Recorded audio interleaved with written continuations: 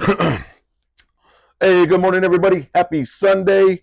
Welcome back to I Could Be Wrong. Take two. We just recorded an entire fucking podcast without recording it at all because I'm a jackass. So, my bad, bro. I'll get you out of here as quickly as It possible so happens. you can enjoy the games. I got to go to the fucking fair. So, way to go, Brad. Here we go. By the way, get your Bang Bang Niner Gang shirt at touchdownthreads.shop. Yes, sir. And let's go ahead and get started here. We are going to go ahead and skip those first two topics that we were going to talk about. Just know, Devontae Adams, you sound selfish. Brock Purdy, still got your back. Yes, sir. All right, we're going to start off with pick six, and we're going to break it up this week. I'm going to give my pick six, and then Justin's going to give his a little later. We have a couple differences, but we'll talk about a game or two that we don't have different. Starting off, I have the Dolphins beating the Eagles tonight. The Buffalo Bills beating the Patriots. I got the Lions beating the Ravens. I have the Raiders beating whoever the hell they're playing. Got the Commanders beating the New York Giants. And then tomorrow night, I have the 49ers beating the Minnesota Vikings. Again, we have a couple differences that we'll debate after Justin gives his pick six. In the meantime, though, there's one that we don't have picked. We both didn't pick, and that's the Dolphins-Eagles game. Excuse me. I believe that the Dolphins offense is going to make it difficult for Philly to keep up with them. Yep. You know, Philly's defense is really good, but the Dolphins offense is, as we talked about, on a historical pace. They are. And I think that they're going to find a way to pull out a victory with that high-powered offense that they have. And you had some different thoughts on that. So Yeah, I think Philly's going to likely be able to slow down the run game, which I believe is the engine that really makes that team go. It's kind of their driving force to open up the passing game and those passing lanes for Tua. And the Eagles' defense is going to be just good enough, like I said, to really kind of slow that down. And then on the offensive side, they both have really good weapons.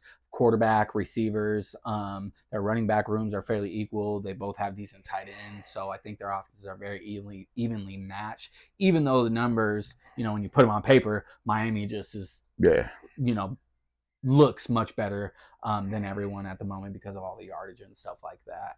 So I will actually take the Eagles in that game.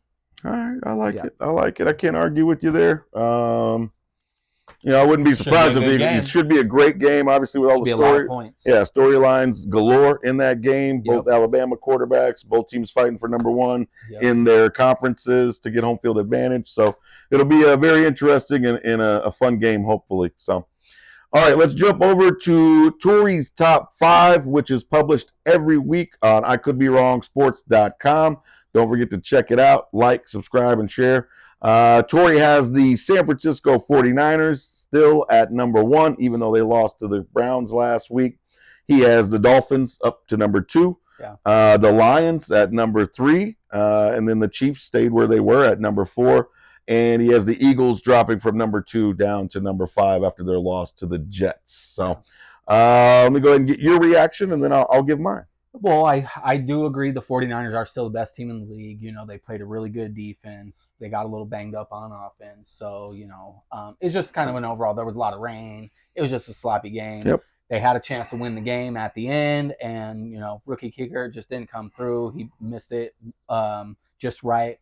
And it happens, it happens. I disagree with the Eagles' free fall here. I think the Eagles are still a top 3 team. I would move the Chiefs up to number 2. So I'd have 49ers, Chiefs, Eagles.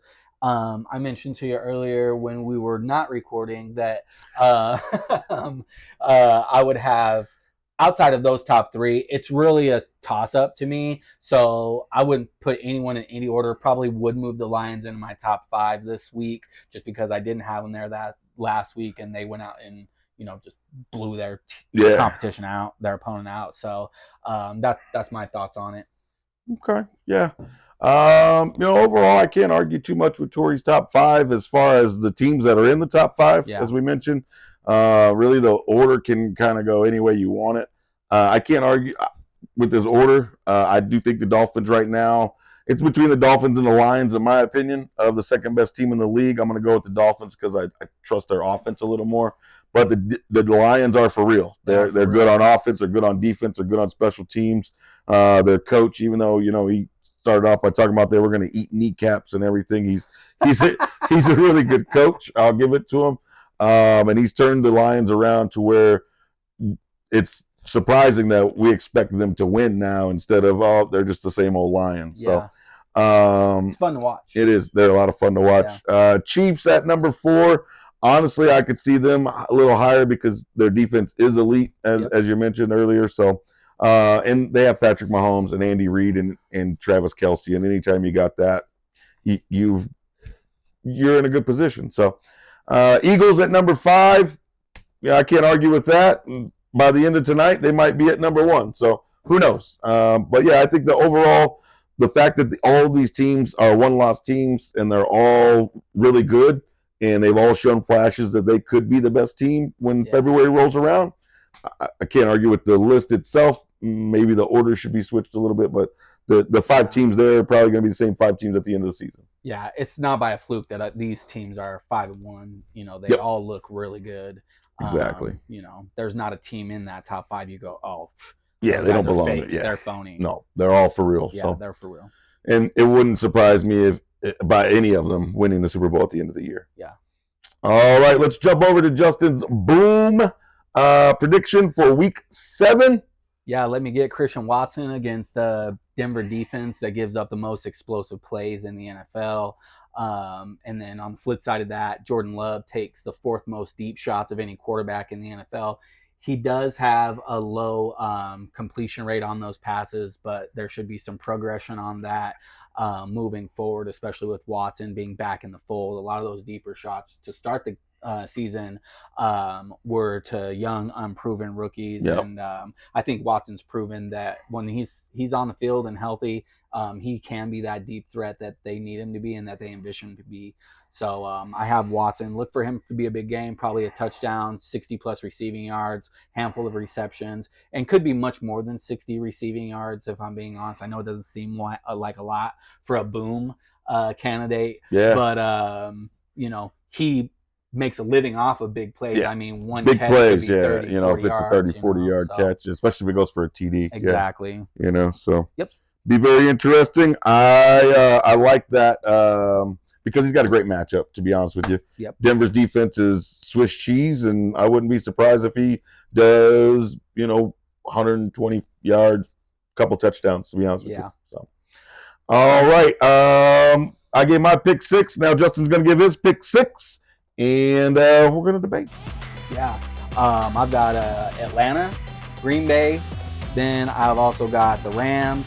I've got Cleveland, Baltimore, and the Giants. So I think 2 of the games that we picked differently here, I have the Giants beating the Commanders, and then I also have the Ravens over the Lions in this game. A couple reasons I mentioned to you earlier. Giants just being at home, I think their defense is playing better. They played a much better game They played their best game of the season last week, actually, against the Bills, which is a high-powered offense. And then with the Ravens, I just think they're a little bit healthier right now than the Lions are. Lions have Laporta banged up. Monroe still coming back from an injury a few weeks ago. And then their defense does give up a lot of yards to the tight end position. I mentioned they do earlier. Yep. They give up a lot of yards after catch. So I think Andrews could also be another boom candidate here. And I think Jackson and the Ravens offense gets back on track against the Lions defensive line that's good, but the secondary, is a little suspect. Obviously the Ravens are favored. They're playing at home. Yeah. It's the NFL, so they obviously, have a really good chance to win. I would not be surprised at all. I just think the Lions take another step in proving everyone wrong and doubting them once again. So not that you're saying they're a bad team, it's just I think that they take a step in that right direction. So and then the Giants, I'm taking Washington just because I don't trust the Giants at all. I mean, they're 1-5, so I don't blame you. This is more like a bold prediction than anything. I got you. All right. I would call it bold. All right. Next up is Justin's bust candidate for week 7, and it may not surprise you. Yeah, Devontae Adams, who hasn't been involved very much as of late, and voices frustration about it. But the thing is the Raiders are winning in these games, and if they want to continue winning, his role may not be. That's right. He's not going to be the focal point. It may not be what you expect for fantasy purposes or just for his numbers in general, and he may not be happy about it. But again, if his team wants to win and the coaches want to win and everyone, that may be what they have to do is reduce his workload, get other players involved, spread the ball around. Young quarterback, or not young quarterback, veteran backup quarterback coming in, playing. He may get out of Michael the ball, Mayer. but I think Michael Mayer is going to really great day-to-day probably. Game, just based on the fact, you get those backups and they love the tight end. They love the tight end, nice security blanket. Yep. We were mentioning it when we weren't recording because we weren't. Ravens already at Detroit 12. Just nice. All right. It's still early. Anyways, Devontae Adams, today is going to be a day where he either booms or he busts, like Justin says. I don't think there's going to be any in between. They're either going to force the ball to him a ton or he's just going to kind of be out there. It could be interesting. All right. Next up, I could be wrong, but I'll bet. First up, I have a parlay that's 11-1 here. I have the Miami Dolphins winning the first half tonight. I have the Atlanta Falcons plus 1.5 against the Bucks. I have Bijan Robinson getting over 82.5 total rushing and receiving yards. I have over 32.5 between the Raiders and Bears. That's the one that scares me. And then I have, I have under 49.5 for the Steelers and Rams. I think that Steelers defense is top notch. Rams defense is no slouch. Steelers offense has struggled all year. Probably going to be a low scoring game, so that's why I rolled with that one. So, somebody just scored. Something's going on here. Let's see what's going down. Oh, Ramondre in the red zone. Uh-oh. Patriots. I actually did say, you may not have heard me say, I said that the Bills' run defense is suspect. You did? So the running backs in New England could have a decent game this week. Yeah. All right. You got any bets you want to throw out there? Yeah, I have a couple. I'm going to take the under of 37.5 at minus 110 odds in the Las Vegas-Chicago game. Christian Watson, I'm going to take 60-plus receiving yards. That's alternate yardage bet at plus 104, so that's plus money. Michael Mayer in that Las Vegas game as well, over 2.5 receptions. Oh, yeah. At plus 126. Give me that all day. Yep. And then I have the under 37.5 points in Tampa, Atlanta. That's on total points, and that's at minus 110. So those are 4 bets that I really like. I think just based on the data, those games gets a good argument that you should hit those bets. Pretty solid, pretty safe. But then again, there's no guarantees in betting. And we could be wrong. Yeah. So. All right, well, that's all we have. Thanks for watching the condensed version of I Could Be Wrong for Week 7 in the NFL. We hope you enjoyed it. Please don't forget to like, subscribe, share with your friends, tell your neighbors, tell everybody that they need to be watching. One last thing before we go. Maybe 2, but one last thing for sure. Get up. Greeny. And all you other knuckleheads on Get Up. Y'all got to stop this switching the best team in the NFL every week, man. Yeah, man. You got to stop it. You got to stop. First week it was Kansas City. The next week it was the Cowboys. The next week it was the Dolphins. The next week it was the Bills. The next week it was the 49ers. This week is the Lions. Next week is going to be whoever wins the game between the Dolphins and Eagles tonight. The week after that it's going to be, who knows? It's going to be the Titans. Who knows? But what I do know is y'all need to stop switching that shit every week. Pick a team and stick with them. Damn. That's all I got to say. Until they're really not the best. My goodness. Gosh. Dang. Jeez Louise. I know, man. Jets fans ain't got shit to do right now, but dang. Come up with something else. Funny. All right. We're out. Thanks for watching. Peace.